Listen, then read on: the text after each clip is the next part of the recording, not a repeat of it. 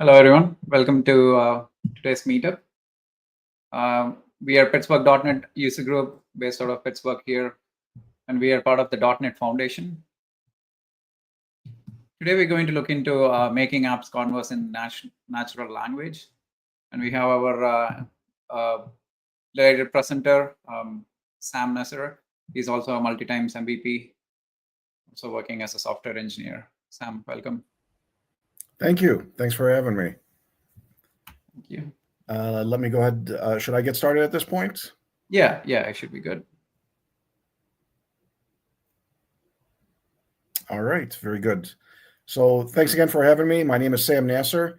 A little bit about me. I am a senior software engineer. You can find me on Twitter at Sam Nasr. I've been a software developer since 1995. And I'm a senior software engineer for NIS Technologies, as well as the trainer, and also been certified with a few certifications from Microsoft. And two of my favorite things are running the Cleveland C# user group, as well as the Azure Cleveland user group. I've also been a technical author for LinkedIn and various other content. And I've been a 7-time Microsoft MVP with a few recent years, with the recent few years in AI was my award category. So a little bit about the user groups that I host in Cleveland. We meet every month. The meetings are free of charge and open to the public, and they're open to various levels of expertise. So whether you're a hobbyist, working professional, or a student, you're all welcome to attend.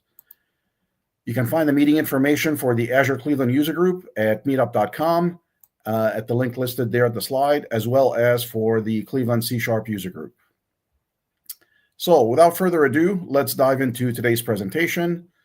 And we're going to be looking at conversational language understanding.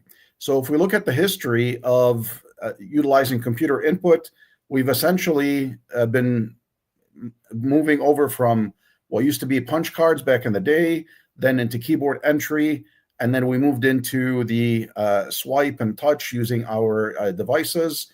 And now, thanks to artificial intelligence, we have the capability to actually speak to our applications and then get a response from the app.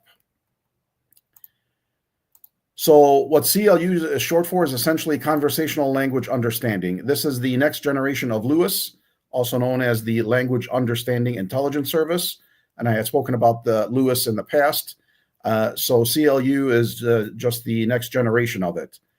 And much like LUIS, it is built on interactive machine learning, where you can create your own custom model tailored to the language that you're going to be using and what you're looking for the intent of the user. And in the end, after you're done testing it, you publish it as a REST API endpoint, which then you can call from your application. And essentially what it does is it accepts the text string that the user enters in as the input, and then it returns only the parts that the developer is interested in, and then it's up to the application to be able to decipher that the intent, identify what it's going to do with it, and be able to respond back to the user. And that'll be better explained as we go through the demo. But just to clarify, there is a subtle difference between natural language understanding and conversational language understanding, NLU versus CLU. So these differences are essentially for NLU is where it is a subset of natural language processing, and it involves tasks, meaning it's looking for intent recognition or entity extraction, and it is a broader concept used across various applications. Whereas conversational language understanding, on the other hand, is a specialized feature of Azure AI that builds on natural language understanding. So we have NLU as the foundation, and then a step above, building on top of that, is the conversational language understanding. This allows for creating custom models tailored for our conversations that we're going to be utilized in our application. And the whole point of it is it's going to predict the intent of a user's input and be able to extract relevant information from that and then pass it on to the application. So essentially what we're doing is we're building a model in the cloud, and then we're going to be able to access that through a REST API endpoint where we send it the text input from the user, and then we get the intent back from the cloud, and then we process it in our application. Moving forward, the language model that we're going to be creating and putting in the cloud is essentially the basis of what the user means. We're building a model that's going to decipher what the user is trying to get at. And we're not going to necessarily force the user to speak in a specific structured sentence, but rather we're going to have a conversational language, natural spoken language, and then our model will be able to decipher that. So essentially, there are three parts that we need to understand in order to be able to work with the model. So an entity is a noun. And for the demo, we're going to be using a mock car kiosk that would be used at a car dealership, where you can go in and request various things from that kiosk. For example, you're looking to trade in a vehicle, you're looking to get your oil changed, you're looking to get some kind of a service or schedule an appointment with a service advisor. All these things will be done through that kiosk. And so whenever the user speaks into the microphone or into the application, there's essentially three different things that will be identified there. So first is a noun. So let's say in a sentence where I state, I want to buy a Mustang. Obviously, Mustang is referring to the car here, and that is the noun. Buy is essentially the verb, right? So I want to buy a car. So in the full sentence, that is what's referred to as an utterance. I am specifying my intent, which is the verb, and then the noun of what I want to apply that verb to. So the intent is the verb, and then entity is the noun or the item that the verb will act upon. So when we look at sentence, noun, and verb, these are the terminology that we're using in the English language. But now that we go over into conversational language understanding, they are called utterances, intents, and entities in that order with respect to the English order. So what happens is once I submit my sentence, then it's going to respond back with a JSON result set. And everything within the CLU is going to be done using JSON. And so, pardon the slide flicker, but essentially the JSON result set that's going to be returned to me will include the query that I submitted initially, and then it will include a prediction. Now, I will train my model on a variety of different intents. And one of them is none, as we see there towards the bottom. With every intent, it's going to respond with a confidence score. How confident is it that what the user said qualifies for that intent? So if you notice, intent is labeled as by car. Notice that there's no spacing there. It is a token that I assign for that intent. Obviously, I'm making it a meaningful token by calling it by car. And then the sentence that the user submitted was, I want to trade in my car. So the model deciphered that the intent of the user is to buy a car. And so it responds back with the top intent being buy car. Now, keep in mind, there could be a variety of different intentions that a kiosk at a car dealership could perform. Like I said, buying a car, you can trade in a car, you can schedule a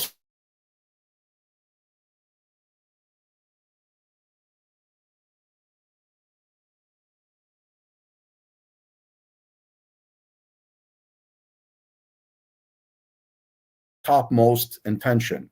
All the other intentions will have a lesser, will have a lesser score, but will also be included in the result set. So in our example, I want to trade in my car. The top intent there is buy car. When we look at the intents in the JSON result set, we see that that is an array that contains all the various intents that could possibly be. And then it assigns a confidence score to each one. So buy car has a 64% confidence score. And then in this case, I only have buy car as the only intent that I train my model on. So the other category would be none, meaning it doesn't know what the user wants. It certainly knows, in the case when it certainly knows that the user does not want to buy a car, it will be identified as none.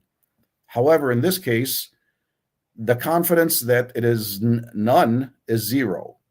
And so it returns all the intents along with the confidence score back along with the in the JSON result set.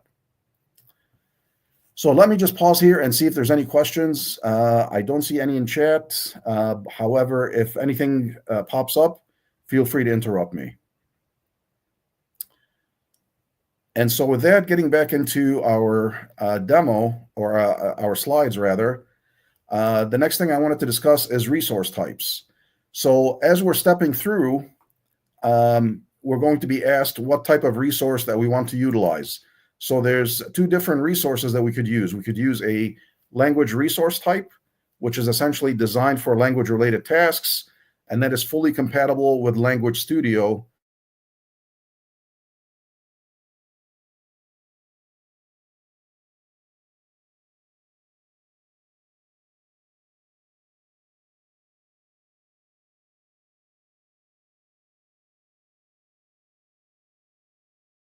Abilities, and it supports language services, but it's not fully compatible with all the features in the Language Studio.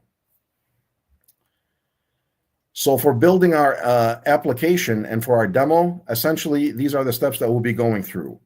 We're going to identify our business case and select data and define the schema of what it is that we want our application to do. We're going to then provide labeled data. Then we're going to move into training the model. And then we're going to look at the model performance and see how well it performed with the test data that we gave it. And then if needed, and if you notice there's the arrow there going from improve model back to providing additional labeled data. So if we're not satisfied with the results of the model, then we essentially feed it more data, continue to train it, look at the performance, and then decide if we want to continue improving it or if we're happy with it. If we are satisfied with it, we can then move forward to deploying the model and then using it in either in our application or being able to do predictions to see the predictions that it gives us. Okay, so before we dive into the demo, any other questions? Well, not any other, but are there any questions at this point? And let me just pause and take a look at the chat window. Okay. So still no questions, so we'll move forward. And a couple things I wanted to share. So whenever we step into the demo, basically I already have the demo pre-made, but I want to show you all the various screenshots that you would have to go through in order to set it up. So there's essentially two different steps that you need to set up. First, you need to set up a resource setup in Azure, meaning a resource group and then the actual resource. And then from there, you would go on to Language Studio and be able to set up the project. So for starters, the resource setup is I will go into my Azure portal, and let me expand this for better clarity. I'll go into Marketplace and select language service, or in this case, as you see, I typed in CLU in the search box. And then from there on, I selected that service to create it. And then within a few minutes, the service was created. And essentially, you specify the very popular items, right? As far as the region, you give it a name, and then you identify the pricing tier. And if you notice that I have the free pricing tier selected, which allows me up to 5,000 transactions every month. Once I click review and create, I then wait a few minutes, and then I have my deployment is then complete. So that should conclude everything done over on the Azure portal side. Now I go over into Language Studio, which is accessible from language.cognitive.azure.com. And then from there, once I click on the login, pardon me, the login at the upper right-hand corner, from there I would select my directory, my subscription, and then my resource type. And if you recall from the previous slide, we have language as a resource type, as well as the Azure, if I remember correctly, cognitive services resource type, as seen here. So in my case, I selected language, and then of course I pointed it to the resource that I had recently created called CLU Demo V1. Once that's created, I then have a screen available to me where I can select create new and be able to create a new project. Once I select create new, I now have a variety of different options that I can create. For all intents and purposes, we're going to be looking at conversational language understanding, which is the first option available in that dropdown. Once we choose that, just give it a simple name and a description, and of course the language that the user will be using or uttering, and that is the English US version. Then, just like we do in the Azure portal, review and create, and we then have our project ready for use. So what does that look like once we step over into Language Studio? Allow me to share my screen.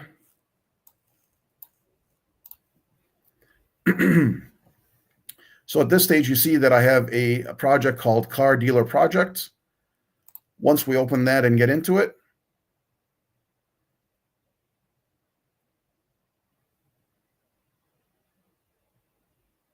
takes a minute to refresh. And if you recall from a previous slide, we said that an utterance is a sentence, an entity is a noun, and then the intent is the verb. So I have to identify those when I'm creating it here. So under intents, we see that we have one intent called buy car. When I click on that, you'll see that there are various utterances that I had trained it on. So for example, I need to get a C300. C300 is referring to a model of a vehicle, right? So I identify that that is going to be my car, C300. I gave it another example. I'm interested in leasing a Mustang. And there I identified what Mustang is as far as that is the entity in that sentence. And it falls under the intent of buying car. Same thing with the utterance. I want to buy a convertible. Convertible obviously refers to the car, and then it's listed under intent. Now, this is all listed under the training set as you see highlighted here. But likewise, I can do the same thing with the testing set, because after I train my model, I want to be able to test it, and this is the test data that I'll be using.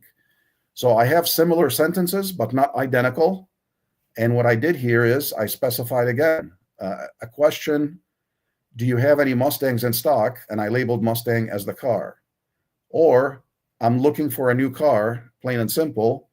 And so car here is obviously the entity car. If I go back into the training set, now let's say that I want to add it in. I'll select that I want to add in a buy car, and then I'll give it an utterance of, let's say, I would like to purchase a new, let's go for Camaro.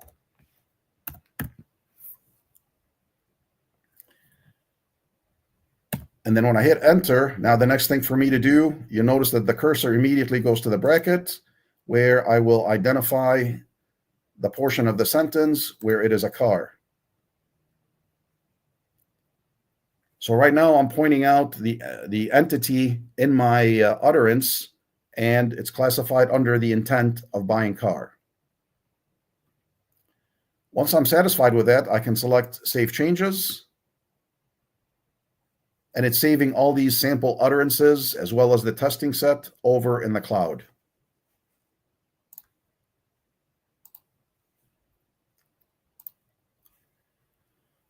Now, the next thing to do is to actually train it. And so I'll select Training Jobs. Pardon me. And you see that I have a training job here that's already been performed. That was submitted on the 18th yesterday. And we see a status here that it succeeded.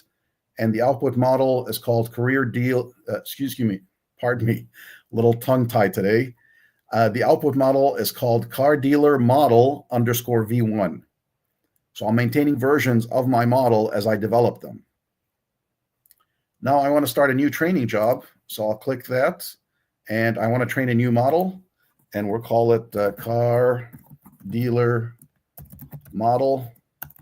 Can anyone guess what the name is going to be?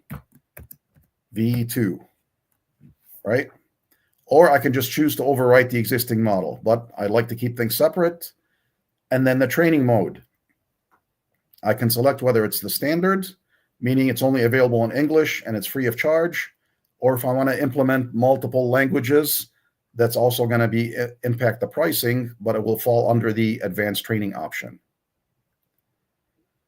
The third thing I need to select is the data splitting. So here, you'll see over on the far right, I selected use a manual split of training and testing data. Essentially, it's going to use the test data that I provided, as we saw in the previous form, and then it will test and train on that data that I provided. Another option is to actually split the testing data, meaning that you just give it test or training data, and it will automatically split it depending on the percentage that you identify here. So if I was to choose this, typically, as a rule of thumb, it's 80-20. However, you can choose whatever percentage you'd like, dependent on your data. So we're going to stick with use the manual split. And then for that, I'm going to select train. And it will take just a minute, as we see here in the upper right-hand corner. And while we're waiting for that, I will check the chat window for any questions.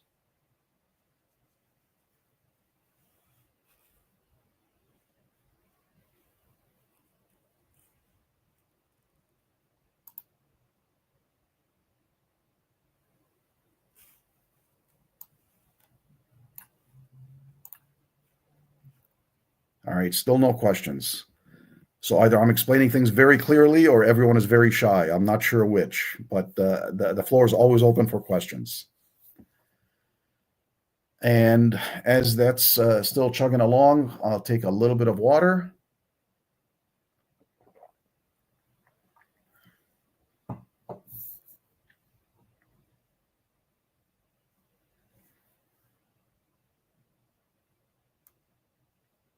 Hey, Sam, there is a question there.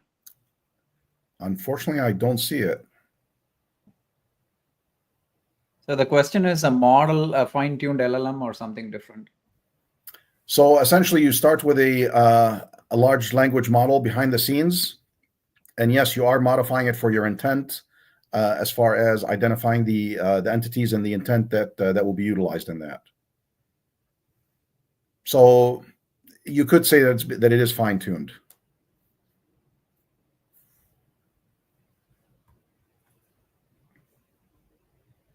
All right, so as we see here, training has succeeded. We now have our V2 model.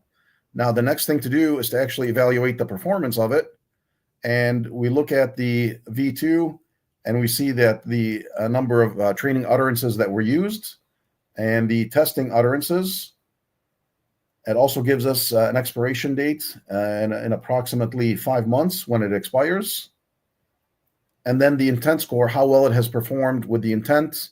And 1 is essentially meaning 100% with the intention, with the data that it was given. Keep in mind, we gave it a very small sample. And so typically in a real world production app, you'd want to have many more samples and, of course, many more intents. So now we see our model score. Now we're ready to deploy our model. And we can go over into deployment. And as you see here, I already have a deployment, and I gave it the name of the year, month, and day. So that was the deployment that occurred yesterday. I can select to add in a new deployment. And let's follow the same naming mechanism. So car dealer 2025-0319. And again, I can either create a new deployment or override it, but we'll select new deployment. Which model do I want to deploy? I'll select V2. It will go out to the East US2 region with the resource that I built earlier, the demo V1. And then that will take a minute to deploy. Now, while it's doing that, unfortunately, it's blocking my screen, but you see underneath, there we go, that we have the option to use an SDK. In addition, I can also view examples on GitHub, either in C# or in Python, and there's a variety of different examples that are available to me, as well as documentation on utilizing the model. So what I'll do at this point is I will jump to my code example.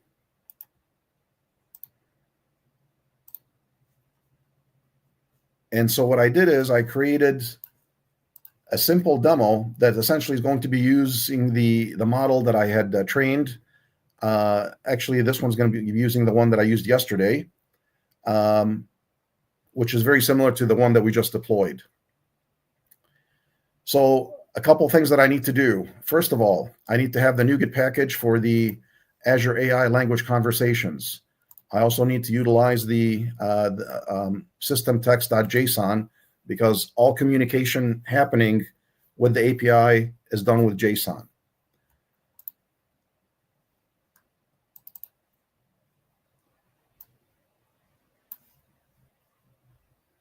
The next thing is I'm specifying my URI endpoint here, and then I'm specifying the Azure credential, which is the key.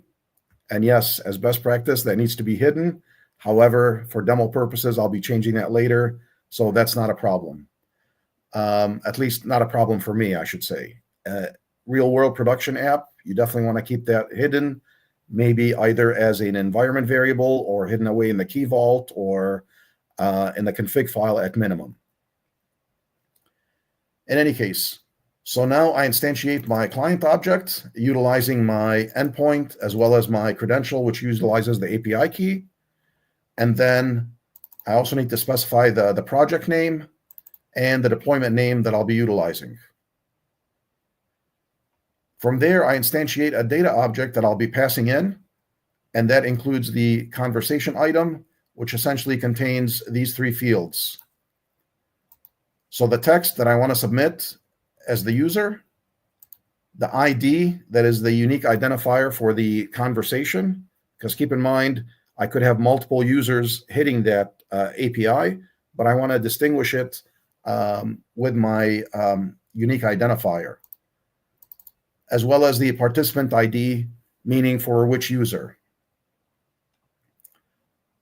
Then I'll utilize my project name and deployment name that I identified up here. Pardon me.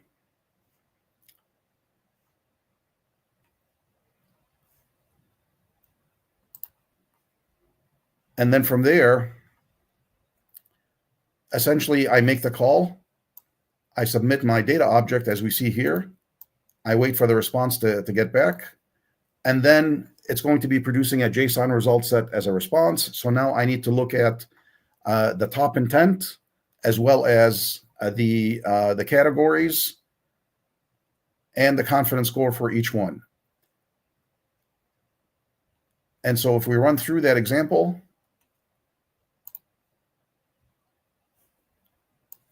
and we'll take a closer look at the output. So there you see that my top intent was buy car. And then it lists all the various intents. So one intent is buy car, and that has a confidence score of 80.7%. The other category by default is none, and that has a confidence score of 0. In other words, it is very confident that in this sentence, the intent was to buy car. And then it breaks it down for me as far as the entities. What entities were passed into that sentence? The entity is car. The exact text that qualifies for that entity is Corvette. And then it gives me where it can be found within that utterance or in that sentence. At position 16 for a length of 8, and it's 100% confident that that is the entity. Okay. Any questions at this point?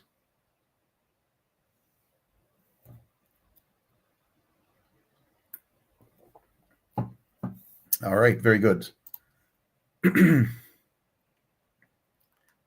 Now, another thing that I could do is I could actually take that knowledge of being able to take the user's input, be able to send it as text, and then bring it back. And then another thing I could do is actually respond to the user.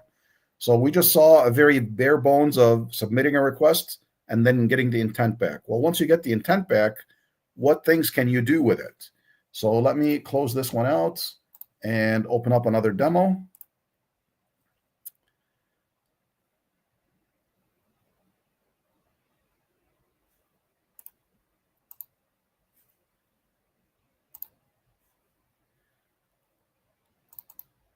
Bear with me for just a second, folks, as it's loading.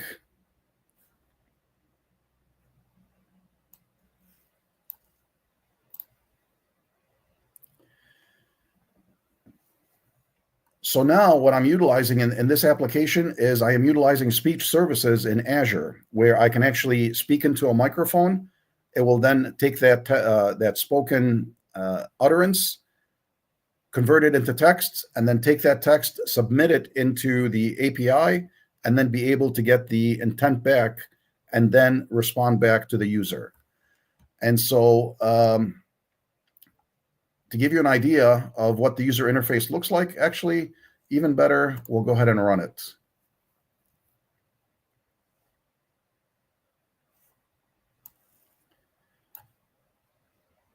So there's my fancy schmancy user interface, where basically I have a speak button, and then it will take the text or the utterance that I spoke into it, convert that into text, and then submit it to the API that I just created, get the intent back, and then we'll see how it can actually process that and then respond to the user. So I'll say, I want to buy a Mustang. So now it made the call. And then we see that it is now deciphering the JSON result set that we got back. First thing that I'm doing here is I'm checking to see that the status code is successful. And then it's going to go on into dissecting the intents. And the top intent there is buy car.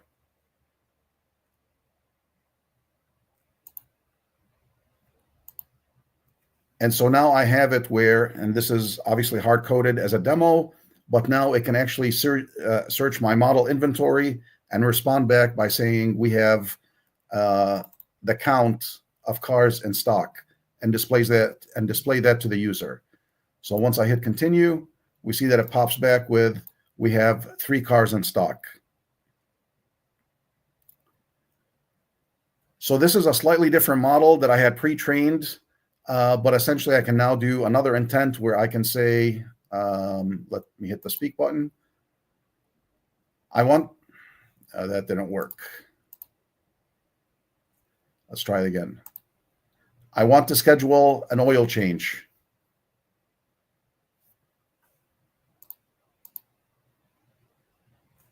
And now it responds back with, so it picked up that it was a different intent, specifically the service car intent here that I had trained that specific model on. And now it responded back with the next service appointment is March 26, 2025. So now I am literally conversing with my application. I can do it either by typing in the text or by utilizing the Azure Speech Services. I can actually speak into my application and then have it do the processing where it actually responds back to the user.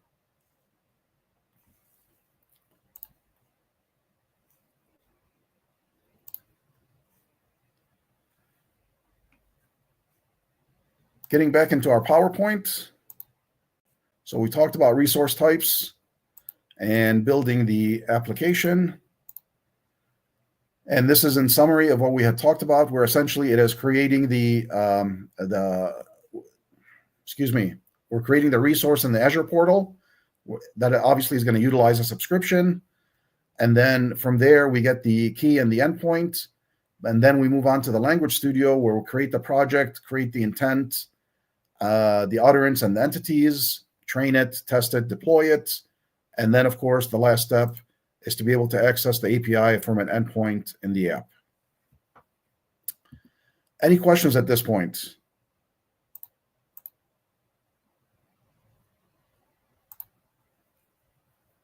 All right, I still don't see any questions, but feel free to jump in. Okay, so what else can you do? Looking at the Language Studio, now you'll notice that we first got into it, we just immediately started. Give me 1 second. I want to make sure I'm still sharing my screen. All right, very good. So you'll see that we have multiple features that are included. So I can use it to extract information, whether it's personal identifiable information. I can extract key phrases from an utterance or a sentence. I can also find linked entities, meaning that if I want to say, I want a red convertible with custom wheels, for example. Now we're talking about things that are linked together because it is not just a convertible, but rather it also has custom wheels and it is red in color. So there are multiple things attached to that entity. I can also extract named entities or extract health information. So now this is a model that's fine-tuned for healthcare. So I can extract various terms such as CPAP or A1C, and all these things would already be built into the model. In addition, I can use Language Studio to be able to classify text. So I can use it for sentiment analysis. When a user submits a comment, how do I know that that comment is toxic versus one that is actually a good thing? So I could use that for identifying sentiment, detecting language, and whether it's English, Spanish, or whatever language I want to detect, and then custom text classifications. So, for example, if I want to divide the utterance of whether it's fruit or a vegetable, obviously apple and pear would be under the fruit category. Zucchini and beets would be under the vegetable category. I'm not going to even bother with tomato. I know that's going to lead into a heated debate, so we'll leave that one alone. But essentially, with custom text classification, that allows you to identify what class that specific item falls into.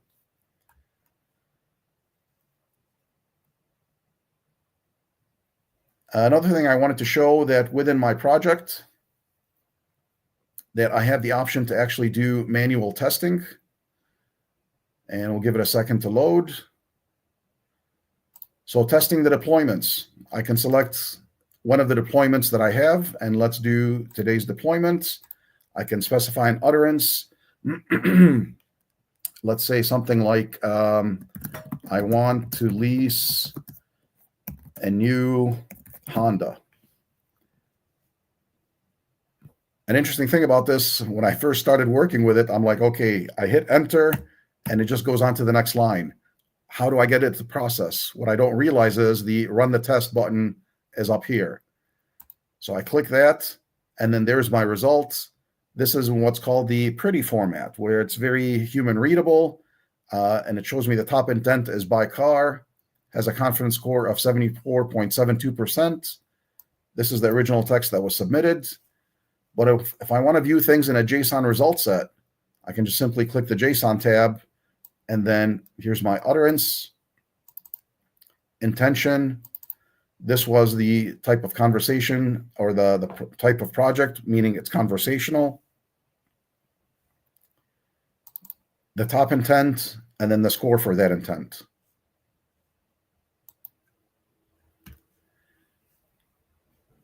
Afterwards, I can move on to project settings. And this is essentially a description of what I want to label the model as. In addition, now I have other capabilities as far as utilizing various languages. And then I can also utilize orchestration, where I can chain multiple projects together. So for example, I can take this project and then include sentiment analysis on top of it, and kind of daisy chain them with the various other projects within the Language Studio. All right. And if there are no questions, relatively quiet crowd. But if there are no questions for me, I have a few questions for you. What have we learned here today? And feel free to either come off of mute or enter into chat. But I'm hoping that you got a good overview of what the language services are, how you can essentially set up your model, be able to deploy it, and then be able to access it through your application. Although I used C# code throughout the app, you can do the same thing with Python or any other language for that matter, because the whole point is you're accessing an API endpoint. And all you would need is your API key and your endpoint. Of course, you need the project name and the deployment name, as we had seen earlier, but those are essentially the critical pieces. And you use that to call the API. You get the JSON result set back, and then you can try to decipher what the user is after.